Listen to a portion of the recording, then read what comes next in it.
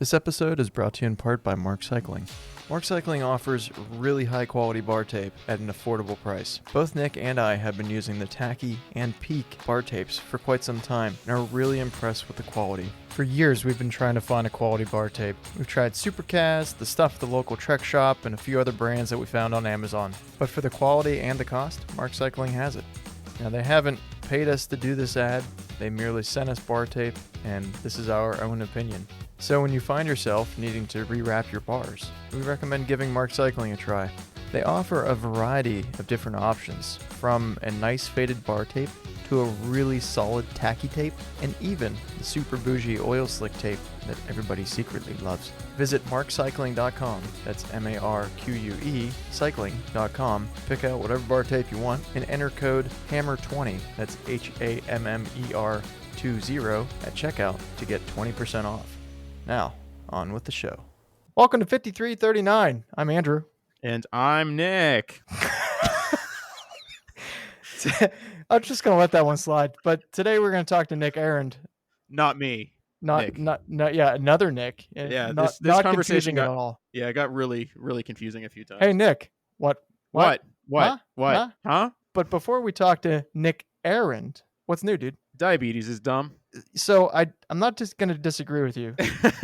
I did say this earlier. At least it's consistent. Yeah, Andrew gets regular text from me when it's a frustrating diabetes day, but it's dumb this time because I had to cut Mosier's ride on Tuesday short because I forgot my food.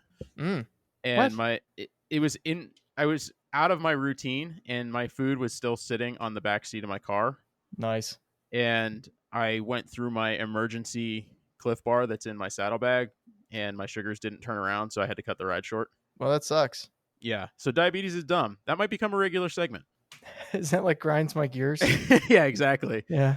But speaking of Mosier rides, unfortunately, I think the regular weekend or weekday evening rides are, if not the end of this past week, this next week coming up is probably it. So, which sucks. The weather's getting like perfect for riding, and the after work rides are going to be harder to get in. On an indoor training segue, I know I am. I'm going to try to do all of Zwift Academy this year. I'll be honest, I only did it last year so I could get the hat, and then as soon as I got the hat, I stopped. So I wanted the hat for my avatar, and I think it required 3 workouts, so I did the 3 workouts. So let me get this straight. You're only motivated by virtual kit. In that case, yes.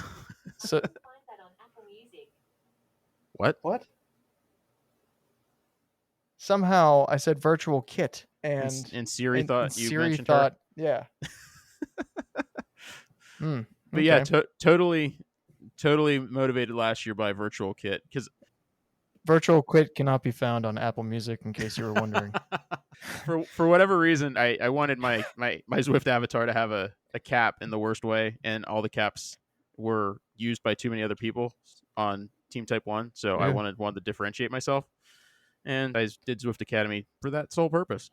And it's at this point the listeners go, are they recording this late? And the answer is yes. Yes, we are. It's actually not even that late by our standards. No, it's been a long day. So, and then Zwift Racing League Season 4 starts in, I think, 2 weeks from Tuesday. So the Team Type 1 beta cells will be back in the America's East Division. Beta cells. It's funny. You like that?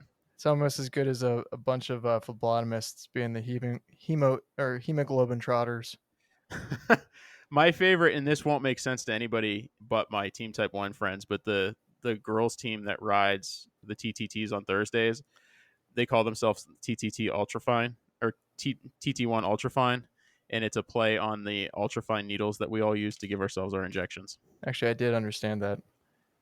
So that's my favorite. The first time I saw that, I cracked up laughing. It's kind of funny. Yeah. How's the shoulder healing up? Well, it's still... you booed my indoor training, but you've done some of your own because of necessity. Well, yeah, sitting still is not my strong suit. Andrew has 2 speeds: hammer and sleep. Yes, accurate. Yep, I started Zwifting. Shoulder's still broken, in case you're wondering. Technically speaking, I think it started to. Actually, technically, it's not your shoulder, but okay, my clavicle is still broken. If we're getting in the technical, I will say the clavicle is no longer spongy. So, you know, Hopefully that means it's healing That's properly. promising. Yeah, we'll find out next week. I thought it was going to be this week, but Actually, originally you thought it was last week. my weeks are a little fuzzy. Last week you're like, yeah, it's been 3 weeks. I'm like, dude, it's been 10 days. And that was crushing, to be honest with you, because it was. But I started Zwifting a little bit, been going every other day, basically until my shoulder area in general tells me no, so I stop. It's a good thing you're not doing that on the TT bike because your shoulder would tell you to stop a lot sooner.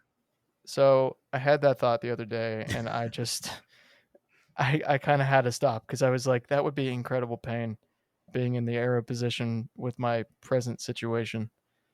I did, however, get out on the road bike today, not on the road because I'm not ready for that because I don't want my ortho to murder me in my sleep. He might anyway. Yeah, I think he's going to. He's not, because he's going to be happy if you have to have surgery because that's more money for him.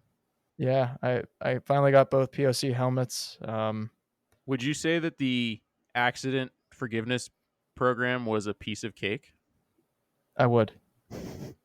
Sorry, Pock, if you guys are listening. I was just trying to make it funny. They're not listening. You don't know that. Everybody's tapered off by now. Probably. The interview hasn't even started. Sorry, Nick, if you're listening to this. Not other Nick. Not Nick D, Nick A. Anyhow. And then the other big news. Andrew had a chimney. I did. See our Instagram page. Yes. My fork finally came in. And you fortunately had enough spacers to not cut the fork when you installed it. So I sent you a photo of it, and then you were like, dude, you need to put that on Instagram and tag Manon from GCN. Yeah, Manon was like, my eyes are bleeding. It's probably one of the best responses ever. And I was like, that's perfect. But that's basically what's new with me. So not too much, not doing much on the bike, not doing much of anything really. It kind of sucks. But yeah. The conversation with Nick Arend was actually pretty cool. So can you tell us a little bit about Nick A before we get into the conversation? Yeah, so we've been following his Instagram page for a while, and if you are unfamiliar with his work, I suggest that you follow him on Instagram, and it's just at Nick Arend. That's AREND, and he's really combined his passion for cycling with his love, and actually he's a pretty skilled photographer. Yeah. As well. And it's a really interesting page to follow. Once he started doing his Nick and Rick reels, again, you're going to have to just see Instagram for that. We knew we had to have him on the show because he's exactly the type of person we were looking for. Someone who likes to have a good time, but is just super passionate about bikes. And you know, our conversation ranges from his struggle with getting into it and letting his vanity get in the way of the comfort on his bike to he has a really interesting story of building his dream bike, and he actually currently takes time every day to go into his garage / pain cave to stare at it because he still doesn't believe he has it. We cannot confirm that he does pet the bike. We don't know. But we also talked about how he has found a way to make training indoors more, I can't say enjoyable, but tolerable or less painful. Sucky, I think is the technical term. Still going to be painful depending on what you're doing, but it's a really good conversation. It's one of those, actually, I mean, we've had a few good conversations recently with a few people, and it's one of those things that it reminds you that the cycling community is full of all kinds of amazing people. Mm-hmm. And the stuff that, we do on our own level it can actually help and kind of inspire others. And that's one of the things that I kind of like about his channel too. Like it's kind of indirect inspiration. It's like little things here and there, but still funny and kind of captivating. So, well, that kind of what set up the Nick and Rick reels to me is just how he doesn't take himself too seriously. Yeah, absolutely. So seriously, check him out on Instagram. We hope you enjoy the conversation, and here goes.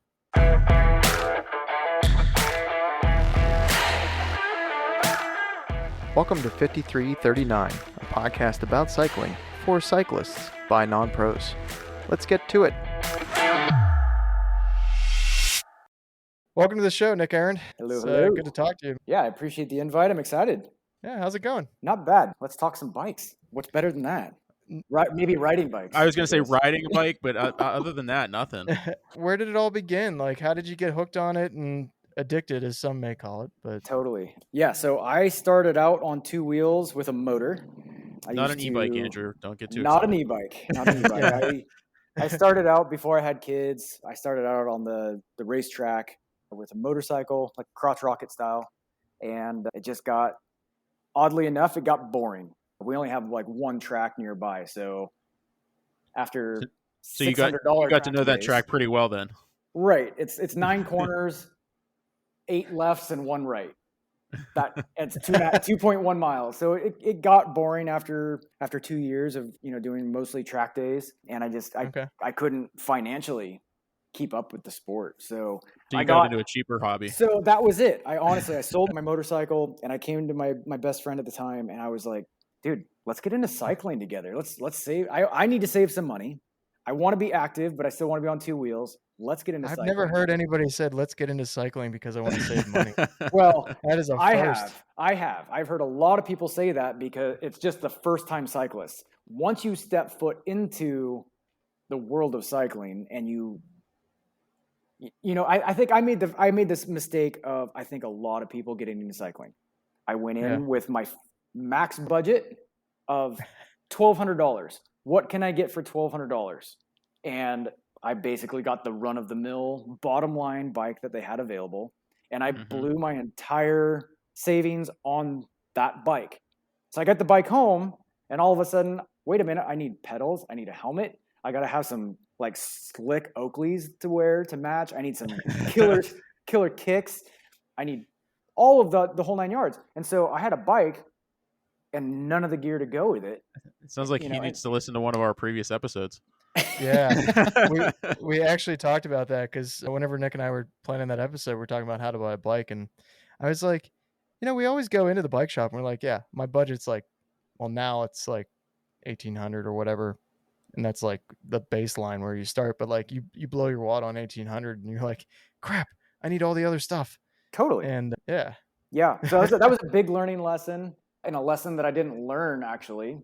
I tend to make a lot of mistakes without learning my lessons multiple times. But yeah, it was a couple of years of just constantly spending past my budget to be able to afford what I wanted, but then left me short on another end. So, but that's the world of cycling, like it's an expensive sport to get into. And I feel like people need to understand that to prepare themselves, but also be able to budget correctly when getting into the sport and have a proper expectation. Everybody wants that 13, 14 pound race bike with everything else that's top of the line. And you need to scale back and understand that just to get into the sport, concentrate on the important things. There's definitely an upfront to get into the sport for sure. Totally. And it's funny. It's funny you say you thought you were going to get into cycling because you thought it would be cheaper. The guy that sold me my first road bike, he's like, the sales side of me is really excited that I get to make a sale. He's like, the cyclist in me is saying, don't take the plunge, dude. Don't take the plunge. And here I am, like, how many years later, I've got a podcast and, certainly was bit by the cycling bug. And now I get what he was saying. Yeah. It's not even a cycling bug. It's like a cycling lion. Yeah, I was going to say cougar, but that might mean something else. So. Yeah. It's, and I don't know if you guys made this mistake or not. I've talked to other people like Vegan Cyclist. He made the same mistake, but because I spent all of my money on the bike, I limped into everything else, including my kit. And I can tell you right now, for anybody listening, looking to get into cycling or just starting, do not skimp on your kit. I was the guy buying like 3 kits on eBay for like $58 or something like that. Free shipping from China, like. And I'm sure they were all sized differently. Totally. Different cut. The chamois was made of like 4-ply toilet paper, It was just. And the chamois was in different spots in each kit.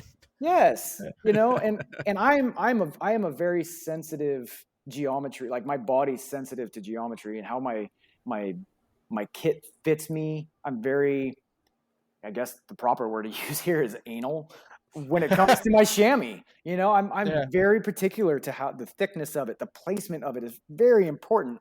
Yeah. And those are things that you just don't know until you experience. But Well, you I don't think have that's to a way have, that turns people off too, is because they think that cycling is like super uncomfortable because they've, one, never gone through a bike fit, and two, they've got either an ill-fitting saddle combined with, terrible chamois, or any combo of the above, and they're like, man, I don't know how you sit in the saddle for hours. I'm like, I'm comfortable, like, I'm Maybe Yeah. they fine. bought the lederhosen kit. You didn't send Nick the picture of that. I did not know. My brother bought me a lederhosen kit as like a joke, and yes. And he Andrew shipped took me. it out for a 40-mile ride, and it was Oh, only my dude, it was goodness. only I funny for the first 20. I turned around to the guy behind me. I was like, dude, this joke ended. It's no longer funny. And he's like, what Yeah. do you mean? I was like, this is just painful. Yeah. Yeah. Yep. Yeah. I think people need to remember, like, there's a balance of everything when it comes to cycling. You don't have to have, like a $500 Rafa kit or, whatever brand that's out there. Like, there are benefits to having top shelf gear, but You just don't need don't to join the skimp. RCC cult. Yeah. Yeah. Definitely. Definitely. There's definitely a price point that you need to be above, though. For I sure. mean, a couple of my favorite pairs of bibs are Castelli's, and they're actually not very high on their price point list, but the chamois works perfectly for me, and the fit's good. So, if Yeah. I can get a good quality pair of bibs for like $80 to $100 instead of $250, that's a win in my book. Mm-hmm. Oh, Yeah. yeah. I agree. So we came across you via Instagram. So tell us the inspiration behind that. I mean, from our conversation off air, it sounds like it's kind of the combination of two different passions you have culminating into an Instagram page.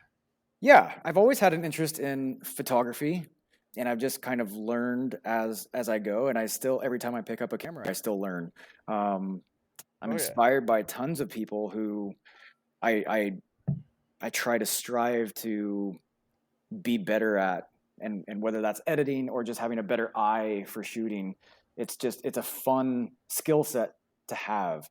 And then once I got into cycling, when I got into cycling, there was no combination between the two, and I didn't really have Instagram. My wife did, and she was like, "Yeah, you should join Instagram." I didn't know what a hashtag was. I didn't know how to use Instagram. I just posted random photos of everything, and then I think off air we ended up talking about how I've gone through these chapters of my progression through Instagram, Yeah. from a not knowing anything to in the middle, everything. Life just was absorbed by Instagram and how to better it, and almost creating my own little business with it, even though I'm not monetizing it. It was just everything was, I was obsessed with just trying to make the perfect page with my own abilities anyway. And I burned myself out doing it.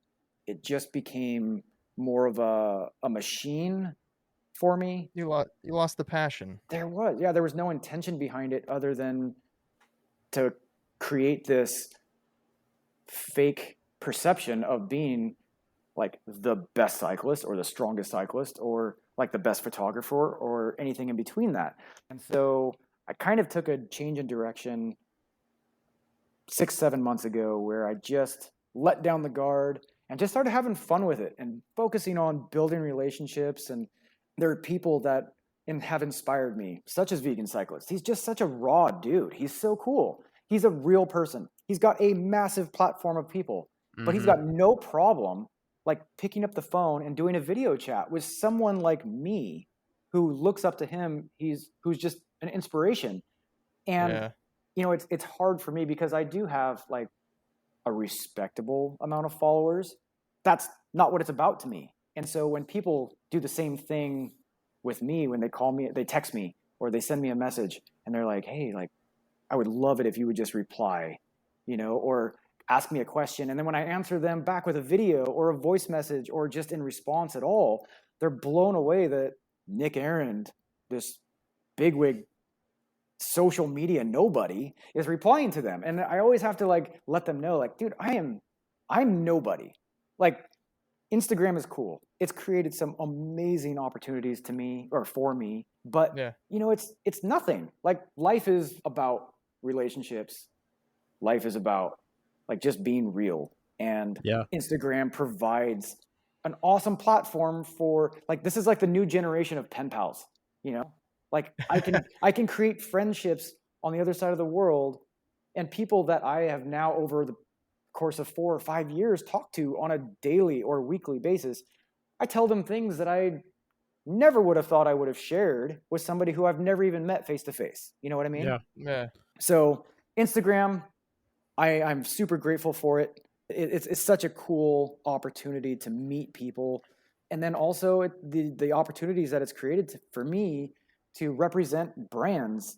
I mean, I'm getting into cycling. I never thought that a brand was going to reach out to me and ask me to represent them just because of like the photography or, the platform that I've created. So it's just so cool. But that being said, also, while I have this opportunity to speak to others, I feel like Instagram is also taking a direction. If you are having a specific niche that you've created your Instagram for, specifically for us, like with cycling, and you're geared towards just everything on this page is going to be cycling, I feel like people have this intention now that they can't have a successful page or they can't be considered a successful cyclist unless they're either A, winning trophies, or B, representing a brand. And I just want to remind people that that can be a goal, but don't make it be like the only reason you're using social media. Hell yeah. Yeah, Dude, no doubt. That's great. I mean, I grew up playing hockey, so it was like the goal was kind of to get on a team that they took care of everything for you, but like that got lost on a lot of people, you know? Mm-hmm. And yeah, it'd be great to be able to have like full kit for free, right? But a lot of the guys I know that went on to play higher levels, like they lost their passion for the game, and it was kind of sad to see. Yeah. So it totally hits home with what you're saying. Yeah. Nick, And I gotta ask you though, because one of the first things I remember seeing of your page was the Nick and Rick skits that you do. Where did the inspiration for that come from? I mean, it cracks me up. Okay, so this is where there's two reasons for it. There's a lot of people who don't follow me. However, there are people who know about it. I have an injured knee, and so I was playing kickball with my daughter, and I tore everything in it, blew it up, and so for the last 7 weeks or so, I've been in a brace, can't get on the bike, and I still want to, creative-wise, like create content, So I was trying to think, like, how can I develop content that I can be consistent with? And as I'm going through this journey of letting my guard down and erasing this perfect Instagram page, or trying to be anyway, I'm a goofy dude. Like, I'm a certified idiot. And well, you're talking to two more, so we get it. Yeah. I just started thinking, like, there are people out on Instagram that they have created their thing. And whether it's your bike on a bridge or hashtag no hands on your bars challenge or whatever it is, like, what can I do? And I just started thinking, like, I'm a dad with 2 kids. Dad jokes are a really boring but funny thing at the same time. Like, awesome. What if I just created like some stupid character? But how do I do this? I had to download Snapchat because I don't have Snapchat. I don't even really know how it works. My 10-year-old son had to show me how to use a filter, and I came across this mustache, and I was like, oh my gosh, this is going to be my co-pilot for these reels, and I'm just going to, it just kind of took its own path, and I posted it. I didn't know if it was going to be a thing or not.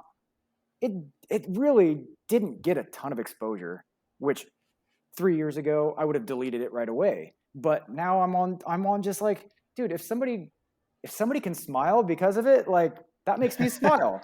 And after that first post, people just started messaging me like, dude, no offense to you, but we want to see more Rick. And like, I let some friends name him even. And it's hard for me to grasp because it's so stupid. But every time I think I'm going to kill off Rick, somebody else will say, like, dude, we want to see more Rick. So I guess I'm going to have to develop I got to be something. honest. I knew when I saw the first Rick video that you were going to be perfect for the podcast, because we're just a bunch of goofballs over here too. So because I'm pretty sure the first one I saw was the one where you had a little scruff going on.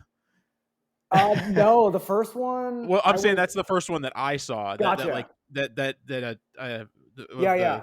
the multiple that you've done. That's the first one I saw, and then I started looking up more. I was like, oh my god, this is gold. That's awesome. I honestly, like, I've had people tell me in messages, just like, I had a really bad day, and I came across the reel, and it made me smile, and it changed the direction, and that in itself, like, just it's so fulfilling. You know, it's Yeah. amazing. Oh yeah. It's so cheesy. It's so stupid. And there's a lot of effort and creativity and thinking that goes into it. But I mean, it's something to keep me occupied for one while I'm laid up, not on the bike. And other people enjoy it. And that's just something that I strive to do. Just Well, make someone smile. it's a ray of light, and certainly a time in our country's history that's Totally. a tough time right now. So it like I said, it caught my attention, and Andrew and I started talking. We're like, we got to get this guy on, because the passion for cycling is obvious through your Instagram page, and Yeah. we love telling passionate cyclist stories. So Yeah, well, I appreciate that, man. I guess I'll have to keep Rick around and do another couple for you. Don't kill him off yet. I mean, there's still time. But we'll see what we can come up with. But you do work with like brands like SLF and Tubularito, and yeah, those two particular are kind of known for being a little bit weight weenie, but I mean SLF kind of is like weight weenie aero-ish in some ways. So where do you find, are you the aero nerd? Are you the weight weenie, or are you just the more power? More power. Yeah. I am definitely a weight weenie at heart. I'm very conscious of the weight. However, I am a practical weight weenie. I've learned to be. Okay. There are the extreme weight weenies out there. They're drilling holes in their derailleur and their shifters, and you don't drill holes in your shifters? I never really went into that. See, I would be the one that would drill too far and catch like the electric line, and then the shifter would be useless. That would totally be my move. Absolutely. That's why I run cables. Yeah. Right. Just replace it. Yeah. I am a weight weenie. I'm very conscious of each part, and there's a lot of thought that has gone into every single part and bolt on my bike. Yeah. But at the same time, a true weight weenie would not be using the specialized power mimic saddle that I have on my bike. That is 166 grams. I would be using like a cut Burke, like flat shell with no padding and this and that. However, as mentioned before, it takes a lot for me to learn from my lessons. And you got to protect the undercarriage. I went years with just ignoring comfort and practicality on a bike just so I could achieve a specific look of the bike. The look was more important to me than being able to go out and comfortably ride 30 miles. And I know so you had like a minus 17 degree stem and super slammed. I'm able to get into a position now where it is slammed. I've got a negative 12 degree stem on it. I've got a decent drop from saddle to bar, but it's comfortable now. And I will make changes to my bike to be more comfortable if necessary, but I'm also very weight conscious. But it took a long time for me to get there. Yeah, I mean that was I thought one of the most interesting things we talked about off air was how it's become more functional. I mean, true weight weenie probably wouldn't be using electronic shifting, because the group sets are heavier than like Dura-Ace or old SRAM Red. Yeah, the mechanical high end group sets were super light. So the true weight weenie would use those, because you could save another 200, 300 grams just on the group set. Right. Yeah. And when we were off air kind of talking, one of the biggest things that I highlighted that I felt like we could all understand and comprehend together was, you don't know something until you know it or somebody shows you. And I went like 4 years without even understanding that there was a difference between a positive and a negative degree on your stem. I just kind of understood that maybe one is longer than the other, but I didn't know that there was a difference between an 8 degree and a 12 degree and what the purpose was for. And so I remember maybe riding for 4 years until I finally understood that I could flip my stem, and I didn't even understand what it was for, but I flipped my stem. And the fact that I did it while watching a YouTube video and didn't kill myself, I probably did it wrong, to be honest. but I just, whenever you it didn't come off. told us that, I just laughed so hard, kind of a little bit to myself, because I remember this was probably 2011, and I remember kind of messing with the Le Mans in its original form, and kind of going, okay, well, like, what can I do? You know, it did have the positive stem on it, and I was like, I just got out of college, and well, I'd been out of college for a few years, but I didn't really have a bike budget per se. So, I was sitting there and I was like, oh, wait a minute, why is the logo? Why can you read it upside down and right side up? Yeah. Wait a minute.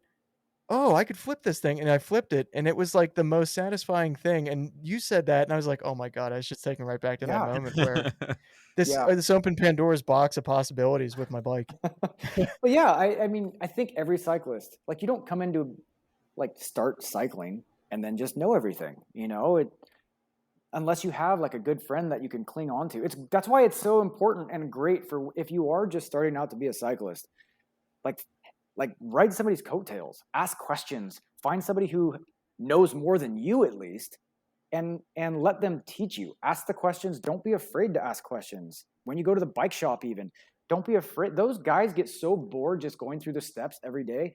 Those guys want to talk bikes just like we do. Go ask them questions, and they will talk your ear off. But speaking of, bike shops, I mean, so we're from Pittsburgh, and, obviously you're from Portland. And so how's like the cycling scene out there? Is it pretty robust, or how's it happening? The last time I remember hearing anything, which maybe a year or two ago, Portland, Oregon was the second highest population of bikes per capita. So we got a ton. There is a huge cycling culture here, and I wish I could take part more often, but I've got 2 kids, heavily into sports, and as much as I would love to be out doing what some of these guys do, like sunrise to sunset, just pedaling it out and getting stronger and building my endurance and just having fun all day, like, I have to be a dad, and I have to be full-time dad. They come first. That's my priority. That doesn't necessarily mean that everybody follows suit with that. Everybody has their own principles and how they want to manage their time with their family. My personal choice is, if I have the ability to be at one of their sporting events, I will be there all day. I will get up early if I have to, or if I can at the end. So that, unfortunately, that means I miss all the group rides, because those usually start at 7, 8 o'clock. And I usually have to be back home so we can leave by 8 o'clock or 9 o'clock. And that just doesn't allow me the time. Or maybe it sucks sometimes, but I'm heading out at like 3 o'clock in the middle of the summer in the dead heat. But that's the sacrifice I make to be able to be the dad that I envision myself to be. But it does suck, because that means I'm riding solo a lot. And the friends that I have that ride, they also have families. And so to coordinate time together, it's a struggle. So there is a huge population here. I have been on some group rides, but I don't get out to take part as often as I'd like. But it's a friendly group. I remember listening to one of you guys' podcasts just a couple of days ago, and somebody was talking about the culture of cycling and the ego part of cycling. And it kind of hit home, because I was thinking of you guys had already reached out to me with the invite, and I started thinking about topics that we can discuss. And one of the questions you guys wanted me to answer was the culture, the scene. And I feel like maybe it is just local, but I feel like it's pretty broad, that most cycling cultures around the world are pretty, there's a lot of hypocrisy, and I think we do this just anywhere, whether it's cycling or driving. I can't tell you, and it's a thing. There are memes about it. It's on Instagram. There's videos about it. And you're riding down the road, you wave, and the guy looks at you, and with his body language, he's flipping you off, right? It's kind of like the U.S. Postal Service guy Discovery Channel guy we pass on the. There's a guy that one of the group rides I go on has been we've been passing him going the other way at the same spot at the same time every Sunday for. Paul's been doing it for I think 7 or 8 years. He's seen this guy. The guy has not waved one time. Yeah. It's just Team Discovery. He's Right. pretty hardcore. Yeah. So it happens where people just don't wave, or you're in a group ride and our egos just take over. Like being in cycling, it's a competitive nature, and when you're in a group ride, like you want to beat that dude that's next to you, or the guy that's in front of you. You want to beat him to the top of the hill because your competitiveness just takes over. And a lot of times in group rides, you get this competitive feeling of where you may not talk to the guy. Sometimes you do, and sometimes it's a great experience. Sometimes it's fun. Yeah. But there's always that just handful of people that they're out there, they're serious, they're watching their power stats. They don't want to talk because it takes them out of their breathing rhythm. But then you get to the coffee shop or back to the parking lot where you started, and that dude is like the friendliest guy ever, and just being on the bike sometimes just creates this ego. I would agree with you. We'll leave it at that. Yeah. So I might be guilty of a few of those things you just listed. I totally am. So I mean, with your busy schedule, then what's a regular ride look like for you? And then like, how much riding do you typically get to do in a year? In non-injured year, obviously. Totally, yeah. In years past, like 2 years ago, cycling was just something that, like, I said, yeah, like I'm a passionate cyclist because it was something that I really enjoyed, but I did it for fun. And a lot of times, like when you go into training, I'm sure you guys can attest to this as well.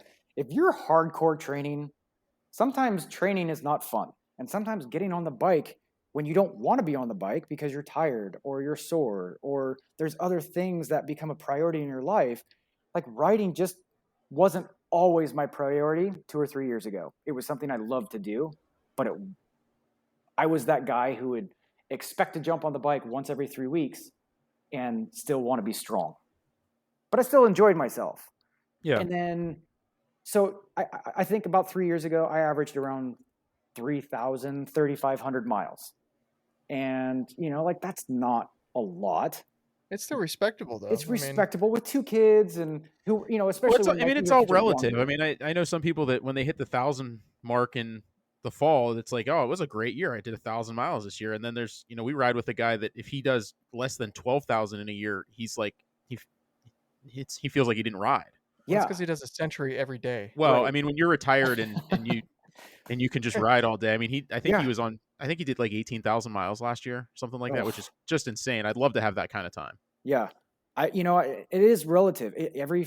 Every person has their own priorities and schedule that they have to coordinate and abide by. And that's going to change how available you are to get on the bike. And unfortunately, I'm just not one of those guys that is going to get up at 3:00 and go ride and then be back at 4:45 so I can get in the shower and go to work. It's just not something that I'm willing to sacrifice most days. But over time, cycling became more of a priority for me. Last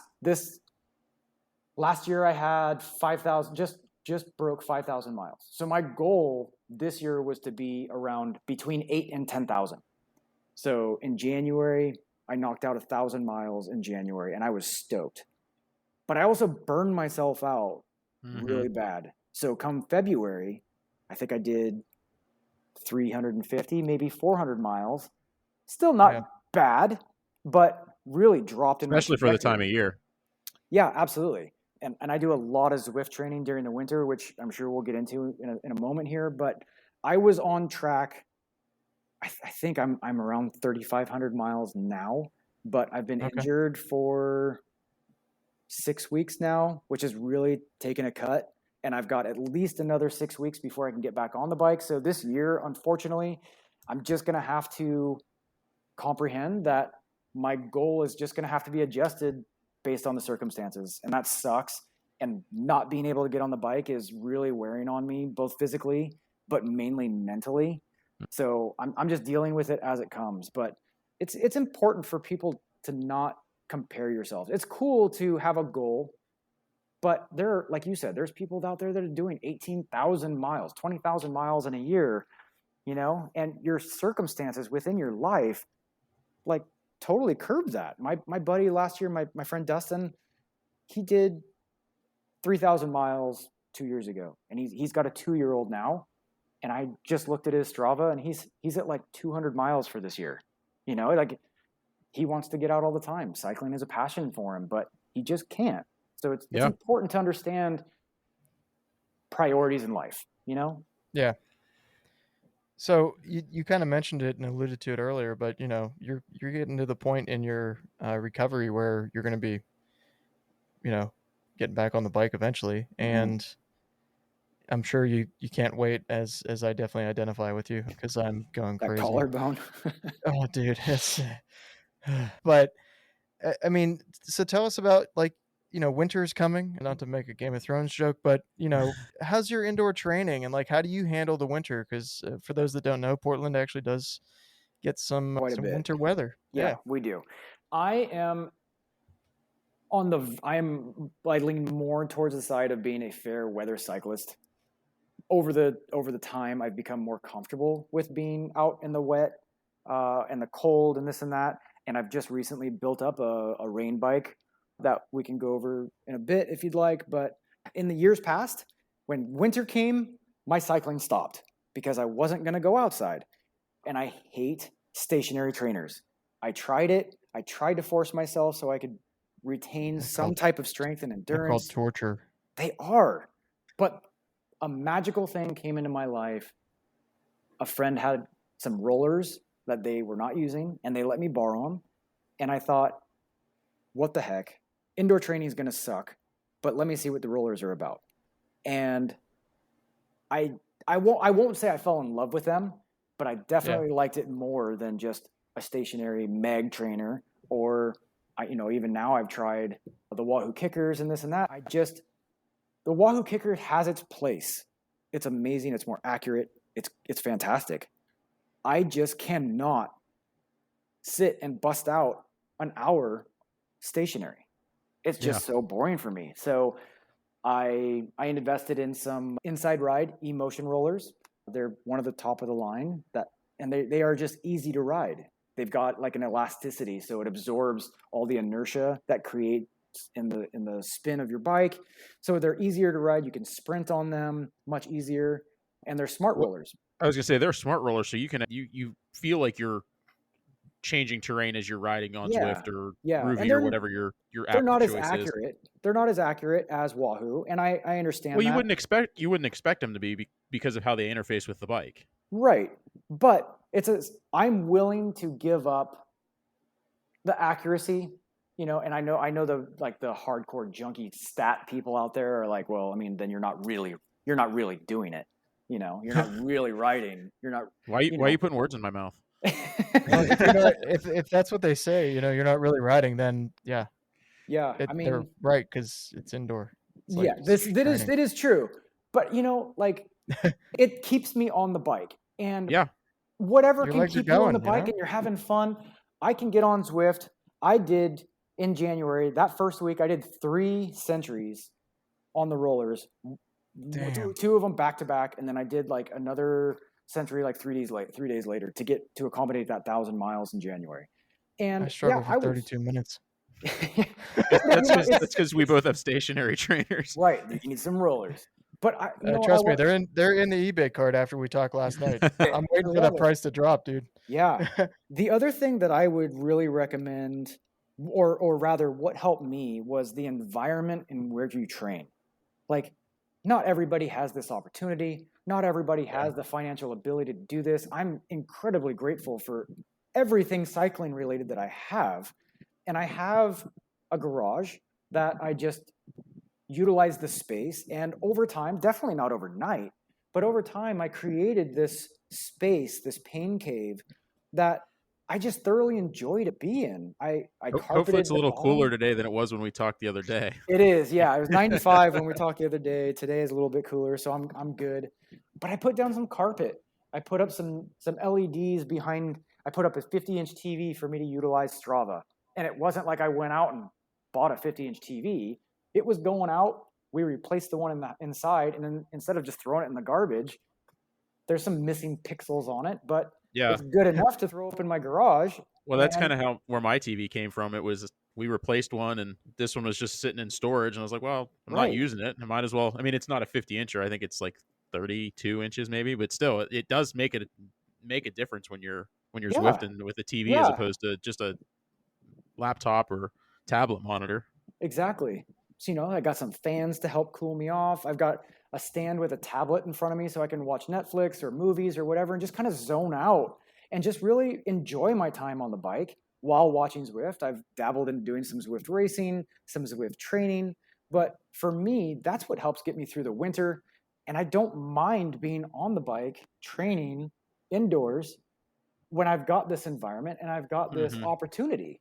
But again, I know not everybody has that availability, So when the really bad weather days come around in Oregon, or even furthermore, if I just don't feel like tackling the weather, I have a great opportunity to just come out, jump on the bike, get my training in, check the box, and then wait for another day, Well, I have to ask, since you talked about the rollers not being quite as accurate as a stationary trainer, if there was something that you were really going to dedicate some serious training time to achieve, would you consider going back to the stationary trainer because they are more accurate and you can get your structured training done more efficiently on those, or would you still do it on the rollers?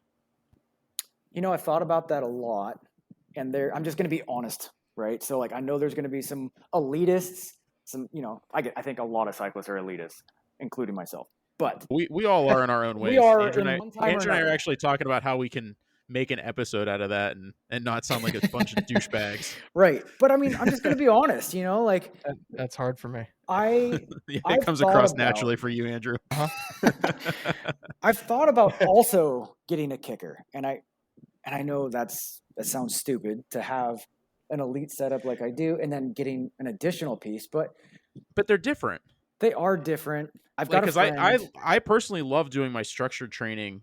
Even though I have a power meter on my bike, I love doing my structured training on a stationary because I know that I'm going to be in the power zone that I'm required to be in for the duration that I need to be in. Whereas, yeah, it's nice to be outside to do it because I have a trail not too far from me that's paved. It's relatively flat. Like I could do a lot of the structured training on there, but like it's nice to just know that the structure is going to be met as opposed to having to worry about whatever. And, Right. and in your case with the rollers, if it says I got to ride at 250, am I really riding at 250, or is the wheel slipping a little bit, or is my air pressure a little light? Like, so I'm just curious as to your thoughts on that with sure.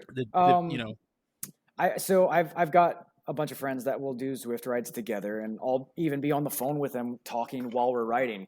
And every person that I ride with, for the most part, is on a Wahoo, and we'll be doing a climb, and they're like struggling. I can hear them breathing super hard, and they're, the resistance is more accurate, and so they're hurting a little more than me. And like I said, this probably isn't like what every hardcore training cyclist wants to hear, but I'm just being honest. I don't want to hurt. I don't want it to be harder. Like, yes, I want to train. Yes, I know the pain and the struggle makes you stronger, and there's a time and a place for that. But the way I look at my training on Zwift, if I'm not in, it's so weird because if I say like, yes, if I'm not enjoying it, then I don't want to do it.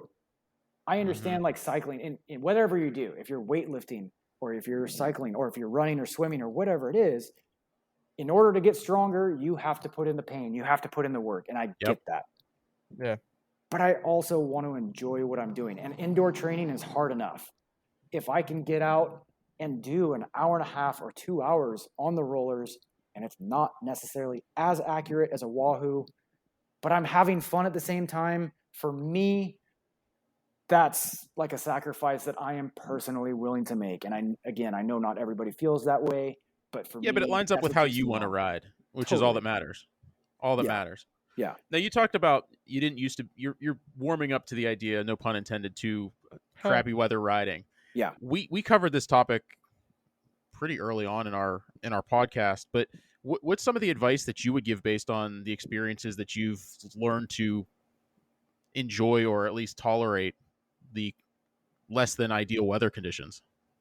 For me, it just comes all down to having the right gear, the proper gear, the right jacket, the right overshoes, and just understanding that you're going to get wet, you're going to get cold or whatever. But if you have the right gear, it makes it more comfortable. And once you become more comfortable with the environment and you just you just allow it to happen and just realize that when you go out and you get wet and you get cold, it's going to happen.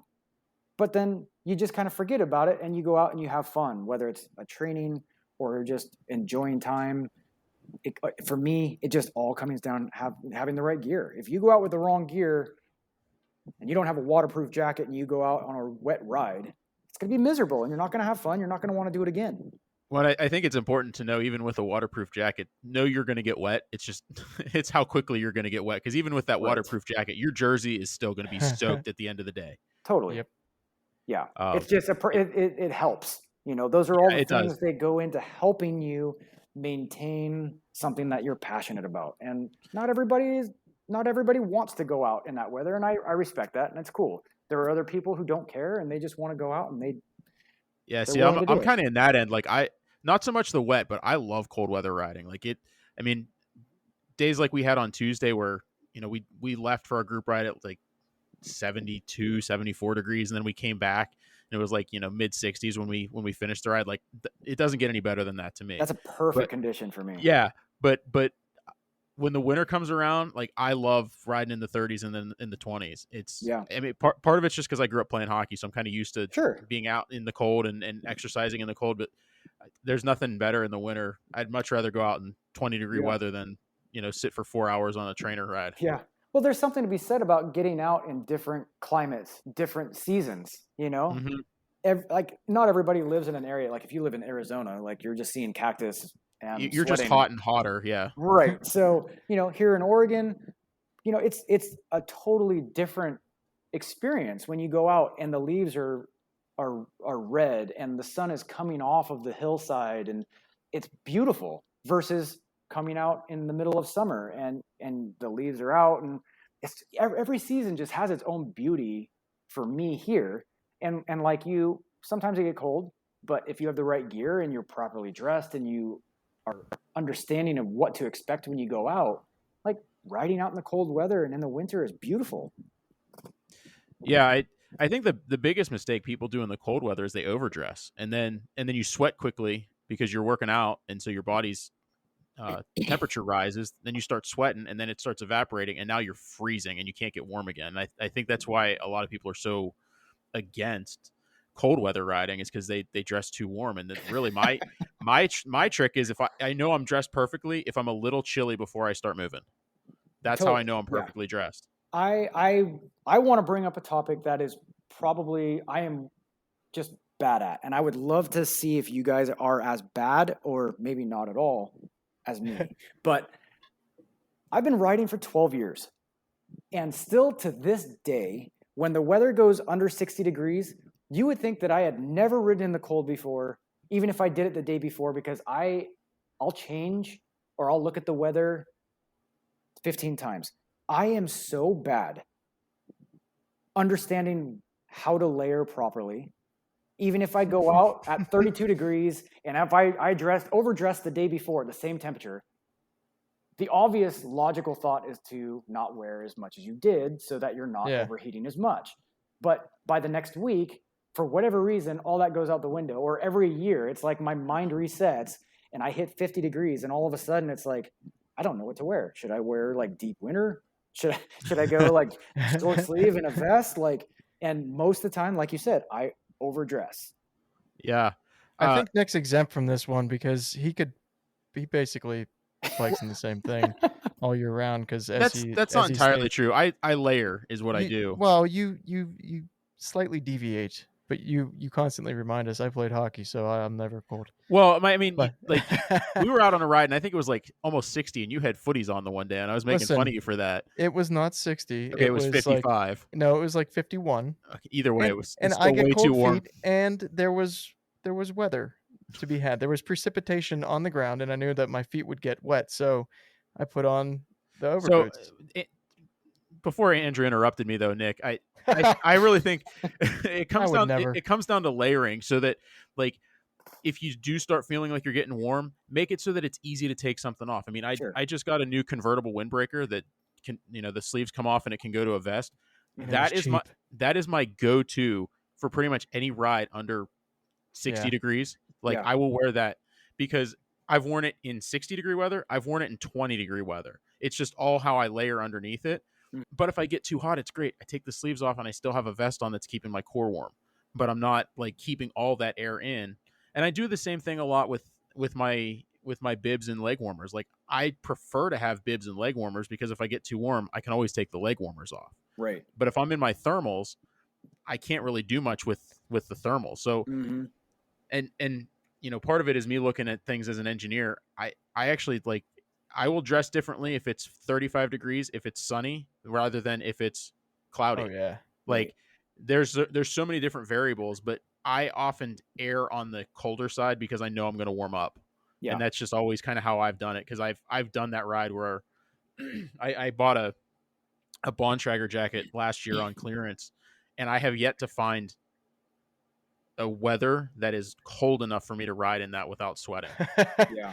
That's how warm this thing is. So it's turned into my post ride jacket when I'm when I'm done with the ride. I take the windbreaker off and I throw the soft shell on. I mean, that's my thing. Is just make sure you're layered it in a way that you can easily adapt when you need to. Yeah. And Nick and I actually kind of layer the same in some ways because, like, I'm kind of with him on the leg warmers, arm warmers. I'd rather do that, so you have the option, but like have the jacket that can be a convertible vest. But yeah, definitely something. I'm not sure what happens, but it's like 55 or 60 for me, where it's like I forgot, and you're like, what, why? Come on, body, like you, brain, whatever,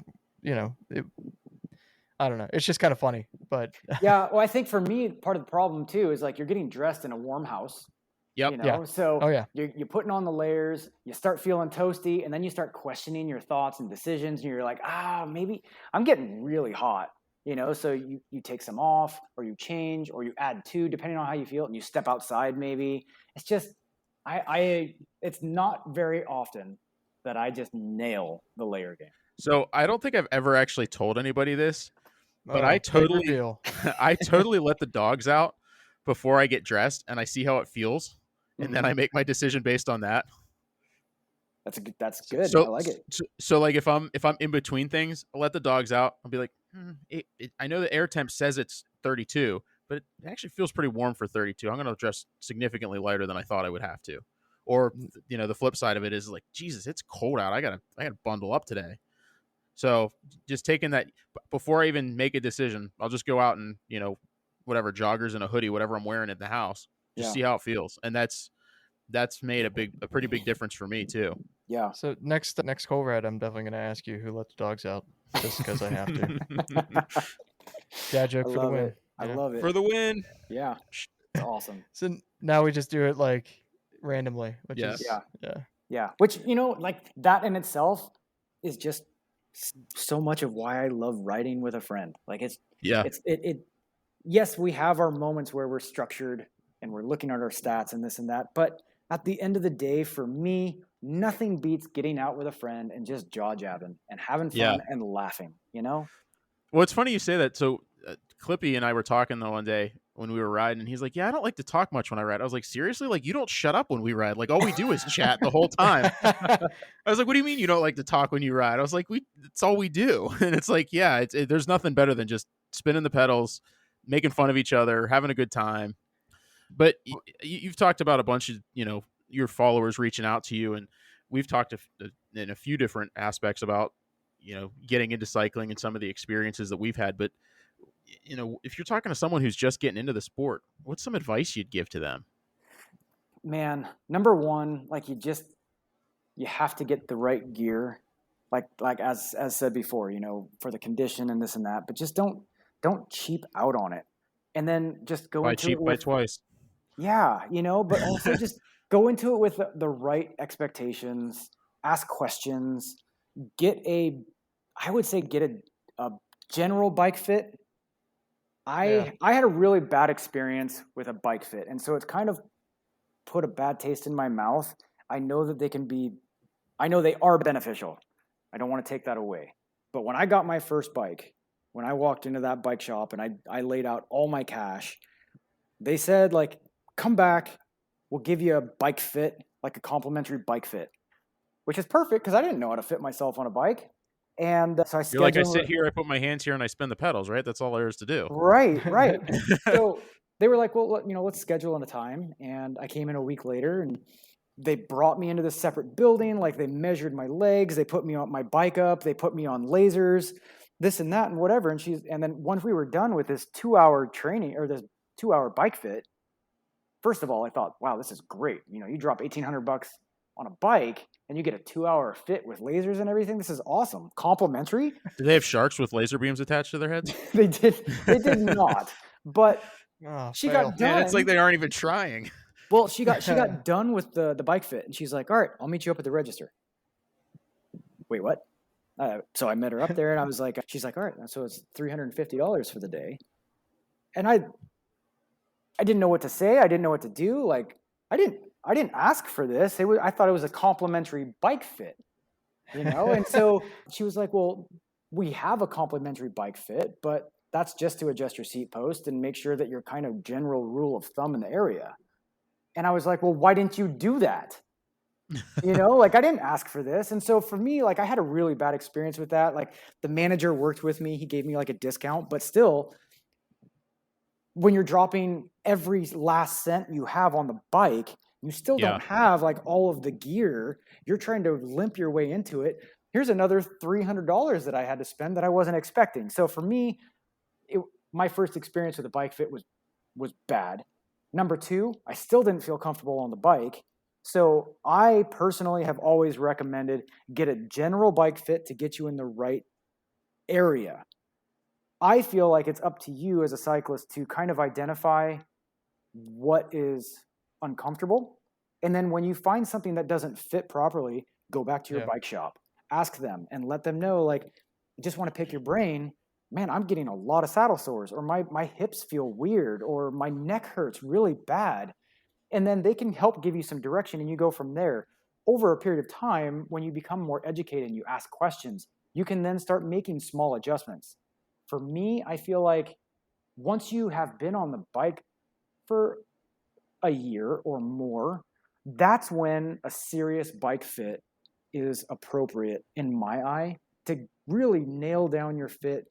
Like, the first year, like, you need to take the time to learn how to shift your bike, how to pedal, what a cadence is about. Just asking questions, learning, because it's not as simple as just jumping on a BMX bike like you're 8 years old. There's more to it than that. There's a lot to learn, but just take the proper steps and go into it just having fun and ask questions. Yeah. Yeah, it's good advice. I mean, I do think for the more serious cyclist, getting a bike fit first before you buy is good too, because you're in the right size bike as opposed to getting an ill-fitting bike. Yeah. And then you could have the best fitter in the world, but if it's the wrong size bike, you're gonna have a really hard time fitting it to you. Mm-hmm. I don't know. So that's. But that being said, I know a ton of people who go in, and here's the problem: like, people that are getting into cycling, like, while we're answering this question, people who don't know, as we already said. Yeah. You go into a bike shop and you are putting your full trust in these salespeople that are trying to sell you a bike. And whether they're trying to upsell or just they really care and they just want to get you on what your needs are, it doesn't matter. You're putting your trust to invest in this machine, this bike that is going to properly fit you. And I can't tell you how many people I know who have gone into the bike shop, talked to them, gotten recommendations, and walked out of the bike shop with a bike that was either too big or too small for them. Mm-hmm. Because we ride with a guy like that. Yeah. And so it's unfortunate, but like, yes, ask questions, but try to educate yourself before just saying, like, I want to get into cycling, and then go to the bike shop and pick up whatever they recommend. You know what I mean? Mm-hmm. Yeah. And that can get you. I mean, bike fit. Honestly, I've never gotten one, but I haven't either. I mean, I've done like we've standard, talked about it. Yeah, the standard bike shop, like, oh, your hips are this high and your wrists are this low and your inseam is this or whatever. And we've been talking about there's a local guy that we're going to try to get on, but I would love to spend time in his studio going through a fit and then having him on the podcast and like talking about the experience and all the things that he sees. Cause there's two guys that I follow on YouTube, and Andrew follows the one pretty closely. And it's really interesting to me how they break down bike fits. You know, like the one guy talks about 99% of the time, if you're having saddle issues, it's not the saddle itself. There's some other contact point that's out of whack causing your saddle issues. Mm-hmm. So it's just really interesting to me. So I'd love to get really, you know, nerdy on that subject with a good bike fitter. And that's so important to remember. And for people who are starting out, for them to hear that, because I had that general fit. And then as soon as I got home, I started tinkering with stuff because it wasn't comfortable. So everything that she set up, I kind of messed up myself. And then, you know, so like we'd already talked off the air, I've gone through 13 bike saddles because I had just horrendous chafing or discomfort, and always just assuming that it's the shape of, or it was the shape of the saddle, not even thinking the fact that maybe my seat post was 2 inches too high, because at the time I cared more about the looks than the comfort, you know? So like that aggressive seat post to bar drop is what I wanted.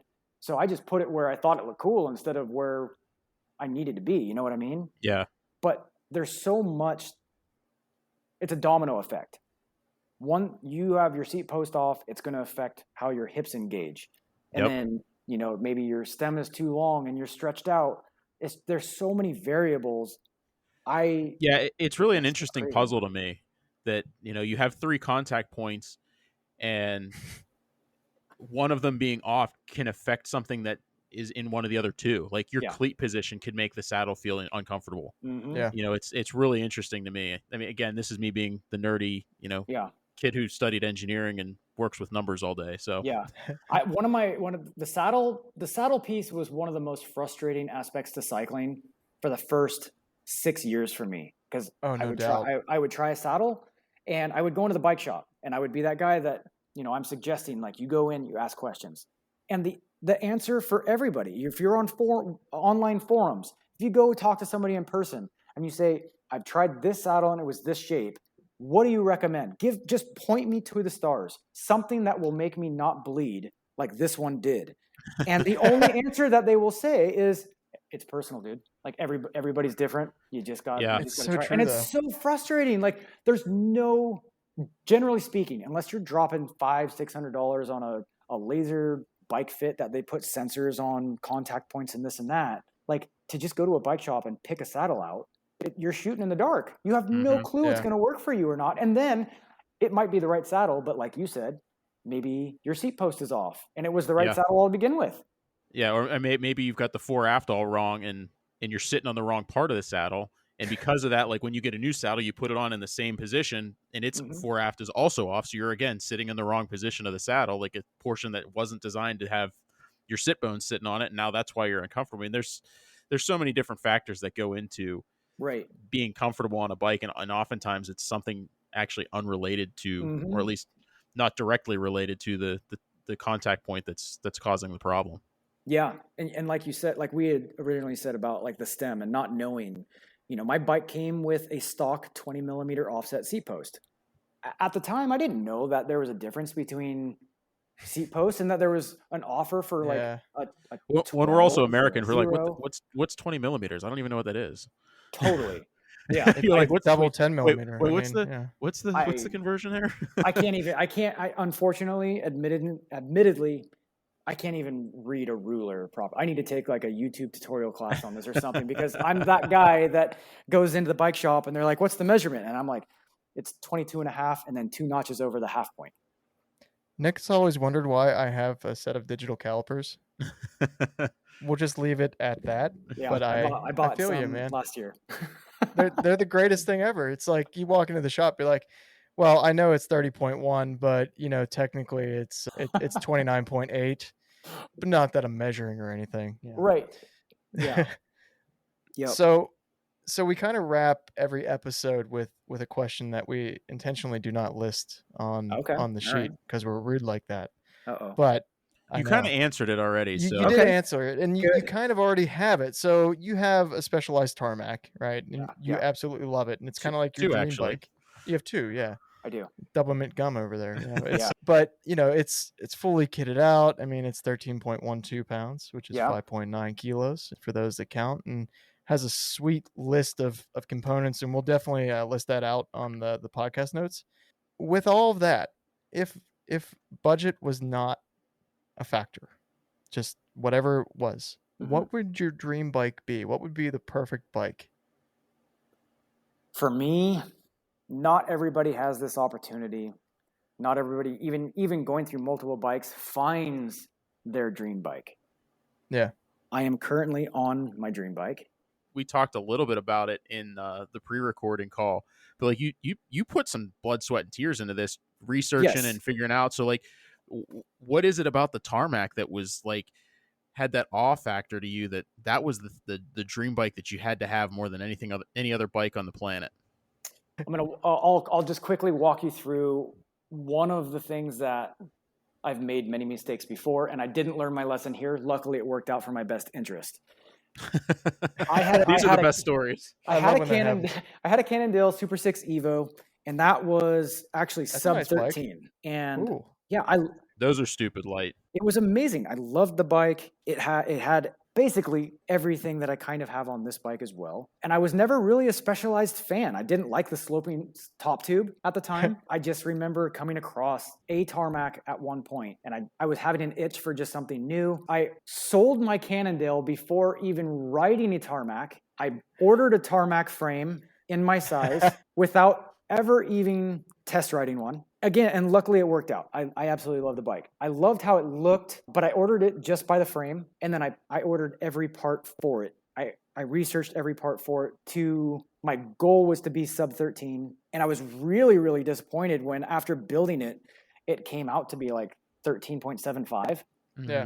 To have it be almost a full pound than my Cannondale, like when I got done building it up with a friend and we put it on the scale, and I was expecting to see like 12.75 or something stupid, and I saw like closer to 14. Ooh. I was like gutted, absolutely angry, like regretted the fact that I sold my bike. I hadn't even ridden this yet. I didn't know what I was getting into, so I was actually really disappointed at this point. But here was the kicker. The following weekend, I went out on my first ride. Nothing massive. I wasn't looking to smash. I just wanted to feel the bike, analyze everything. I was listening for creaks. I was listening for anything that needed to be changed. All the stuff you do when you build a bike up yourself. Totally. Oh shit, I forgot that bolt. Yeah. I totally did that on the Fort, by the way. Oh, I think we've all done it. I mean, I had it set up and I totally forgot to torque the stem. Nice. Yeah. Not the front plate, but the stem itself on the steer tube. Totally forgot to do that. And I'm like riding and the steer is shimmying a little bit. I'm like, oh, I guess I need to tighten this. So I'm doing this route, and I get done with my route. I load up my Strava, and there's a 2.8 mile climb. It averages probably 4 degrees. So nothing like, I'm not riding like the Alps or anything, but it's a steady increase. And it's a segment that I've attacked on my Cannondale. Just could not breathe at the top. However, this was my first ride on the Tarmac. I wasn't looking to smash. I'm just spinning it out, getting a feel for it. And I'm feeling really good on the segment. So I start giving it the berries, just crushing. And I get home and I look at my Strava, and I beat my personal best by 48 seconds. Holy shit. On the Tarmac. And I just thought, like, there is no way. Like, something was wrong. I went out, did it again. glitch. Yeah, I did it again. I beat that best from the day before or whatever, the last time I did it, by another 5 seconds. You know, like, this bike felt legit. Over the time, I've lightened some things up. I've made some more upgrades when I could financially afford to do so. And right now, as it sits, it's done. It's completed. And to answer your question, why I do answer, this is my dream bike. 3 years later, I still find myself in my garage petting my bike 6-7 days a week. I am still in absolute awe of this machine. I'm grateful for it. I still enjoy every single ride out there. I've brought it into the bike shop to have them work on things that I'm not capable of doing. And mechanics just tell me, like, they've ridden specialized bikes over and over and over again. And to this day, there's no bike that just projects itself forward like my bike. And it's amazing to get, it's my build, it's my vision, it's my dream. Mm-hmm. And to get the feedback from professional mechanics who touch bikes, high-end bikes every single day and tell me how nice this is, it's fantastic. So to me, there is no other bike. However, if I had a gun to my head and I had to make a choice. Well, we don't condone violence here on Dream Bike section. On other segments, it's encouragement. Yeah, definitely on other segments. Hell yeah. Right. I would probably say for me, Colnago C64. I knew you were secretly... Wise choice. Yeah, Wise choice. That's a hell... I mean, I can't even argue. I want to, but that's a beautiful bike. Yeah. I mean... Yeah. That's Nick's too, I think. Well, mine's a very specific version of the C64, but yeah. Yeah. That's awesome, dude. Well, I love it. I mean, I'm happy for you. You got your dream bike with some really sweet components. I mean, yeah. I'll list off some of the things. You got some 45 mil NV tires. No, that I saw the sorry, the list. I made a typo here. Oh man. So that could be a topic though. I mean, I rode the MV 4.5 clinchers for years because you're not cool unless you have deep carbon wheels, right? Well, yeah, right. Totally. Hey, listen to this guy. He's late to the game. I knew that was cool before. I just didn't have them. That doesn't mean I don't realize they're cool. Right. Oh, so again, I emptied Bandwagon my fan. bank account so I could get some MVs, and then I upgraded from the 45 Classics to the 4.5 clinchers with the new texture brake surface and everything. Yeah. And for whatever reason, like a year ago, I just had an itch for something new. I just wanted to spend some money because that's fun to do, you know, retail therapy. And I just wanted some new wheels, and everybody kept pointing me towards Roval wheels. And I didn't want to go with Roval because even though it's its own brand, it comes stock on a Specialized. And so the ego part of me didn't want to go with that. You want something different. Right. Like if there's a bike at a bike shop and mine comes and sits next to it, and it's basically the same build, but mine has MVs and that has Rovals, like who's you going to look at? That was my mentality. Yeah. Stupid. But that's what I was thinking. No, I get you. And so I put up on a forum, I'm looking for some Roval 50s, CLX 50s. And this guy out of nowhere wrote me and did something that I usually hate. I'm looking for something specific. And he says, hey, I've got some Roval CLX 32s if you want, and I'll sell them to you for $500, you know, and I hem and hawed over that. Just throw money at him at that point. Well, here's the thing. Great deal. I didn't know about the wheels. I didn't know the value of them. Mm-hmm. Come to find out, you can't get those wheels used for lower than $1,400 on eBay or anywhere, right? So this guy's like $500. And it took me 2 weeks to come to a conclusion. Like, okay, I'll try them. I'll spend the money. And if I don't like them, I'll maybe get my money back. I was gonna say, you could have flipped them and probably made money on them. Right. So I you know, being used to like a deep carbon wheel, the look of going to a lower profile rim took some adjustment. But after having them on for 2 weeks, I actually preferred the look and the fit. I feel like it's a better fit for the diameter of the tubing on my frame. Probably. It's lighter, right? So I'm weight weenie at heart. So this is a better fit. It climbs better. It gets. I was gonna say, did you end up setting another PR on that 2 mile climb with those wheels? I did. Yeah. It's whether it's mental or whether the lighter bike in itself actually went in and had a play in that. You and I had talked about this last time. I know you are on the engineering side of aero overweight, which I totally get, but there is something to be said about climbing with an uber light bike, and I wouldn't trade it for the world. But I got to a point last year where I just didn't want to ruin this bike. I've put so much time into it. So I was starting to get to a shift in my mentality where I didn't mind going out on those cold weather rides or those wet rides. But every time I went out on a ride where it was super wet and dirty and whatever, I was damaging. Yeah, you don't want to take your thoroughbred out. Right. Like, you know, a $10,000+ bike, just trashing it, you know, like I'm just taking it through a minefield. So I had this idea of maybe I could scrap together a rain bike just so I could get out and maintain my endurance And maybe if I had the proper bike, like I said, people need to have the proper gear, then I wouldn't mind riding in the wet so much. Mm-hmm. And so I started looking out for a tarmac disc bike. It didn't have to be an S-Works or anything. This isn't my rain bike is an expert. And then I got this stupid hunch of, I really want to build it up so it's identical to my rim bike. So what set out to be like a $2,000 max budget bike ended up 3 months later costing me around $6,500 for a rain bike.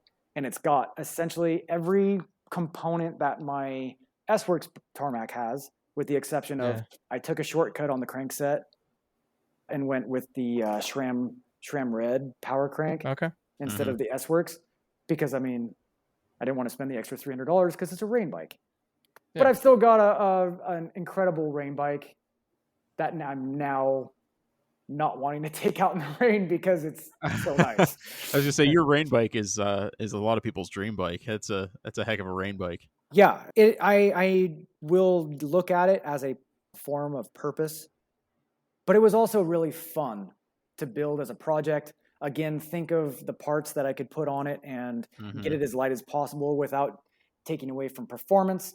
But yeah, it's going to serve a purpose, and I'm really looking forward to healing and then, getting some bad weather so I can take it out and really put it through its testing.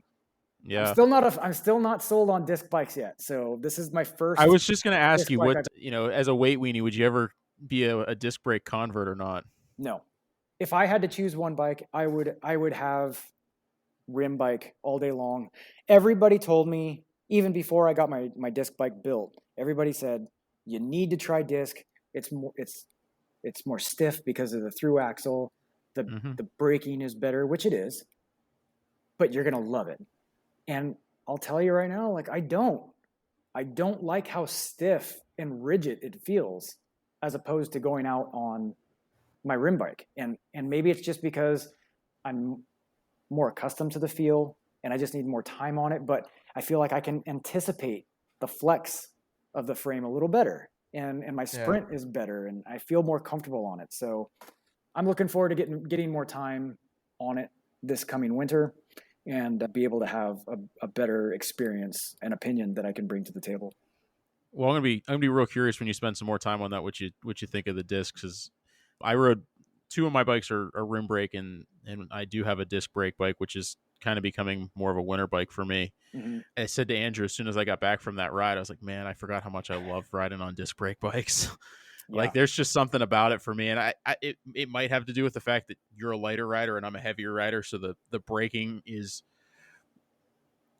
I'm putting more force through the brakes than what you are as a lighter weight rider. The braking is better. It is. Well, the braking is better. I mean, Nick even admitted to that, but I guess what I'm saying is, like, I'm putting more stress on the brakes and the brake system, and like, we went on a little descent on our group ride on Tuesday that, like, I was like, it was steep and it comes into not a great intersection. Like, it's not a busy area by any stretch.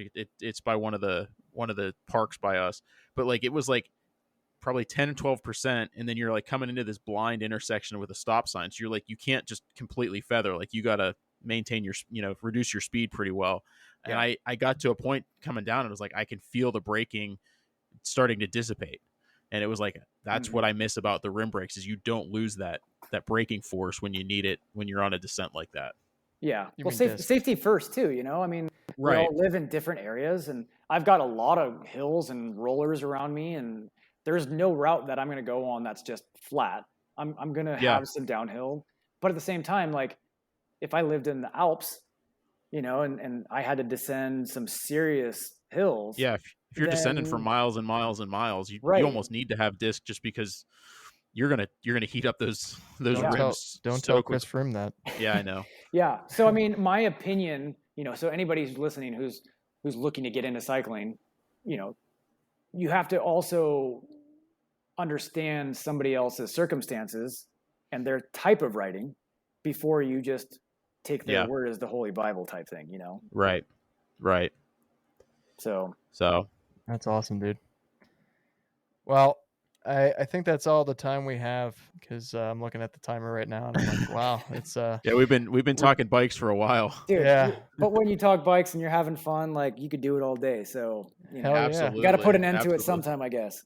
Yeah, Absolutely. for sure. But yeah, thanks for coming on, man. We really Yeah, appreciate it. I appreciate the keep up the invite. good work. Don't kill off Rick yet. Yeah, don't kill off Rick yet. We like Rick. Sounds good. I will have to come up with some content. And yeah, I appreciate this opportunity. It was a lot of fun, guys. Thanks for listening. If you enjoyed the podcast, please leave us a review wherever you listen and tell your friends. It helps us get more listeners just like you.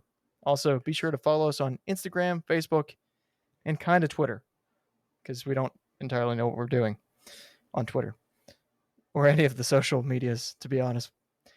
If you are enjoying this podcast and want us to continue to bring you entertaining guests and interesting topics, please consider contributing to our Patreon.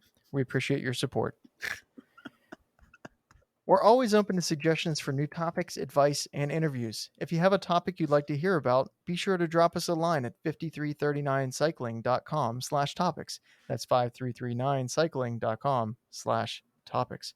Or email us at info@5339cycling.com.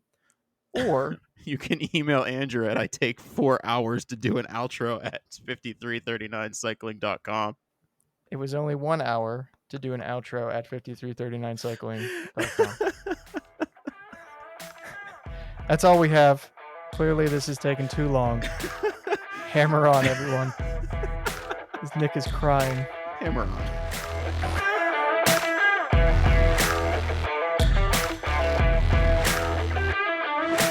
Welcome to 7159. Welcome to 4632. We're going to spin all day. Today on Masterpiece Cycling. All right. Now that I got a funny out of the way, I'm in a little bit better spirits. Have another beer. I haven't had any beer yet. That's the problem. I'm going to need like 600 beers. Okay, Andre. Oh, that was on recording. Yes! The only downside is you control it, not me. Yes. If you are enjoying this podcast, okay. If you're enjoying this, Hooked on Phonics worked for me. Fuck you, Teddy Ruxpin. We've only been doing an outro and an intro for a fucking hour. That's cool. Can we make that a poll? How long did it take Andrew and Nick to record? The outro and the intro. Thanks Can for you do listening. polls on Instagram? Yeah, oh yeah, we can. I just All right, don't know how. We're Okay. Are you going to interrupt this time? I'm gonna try. An interrupting cow says what? Moo. Thanks for listening. If you enjoyed the moo.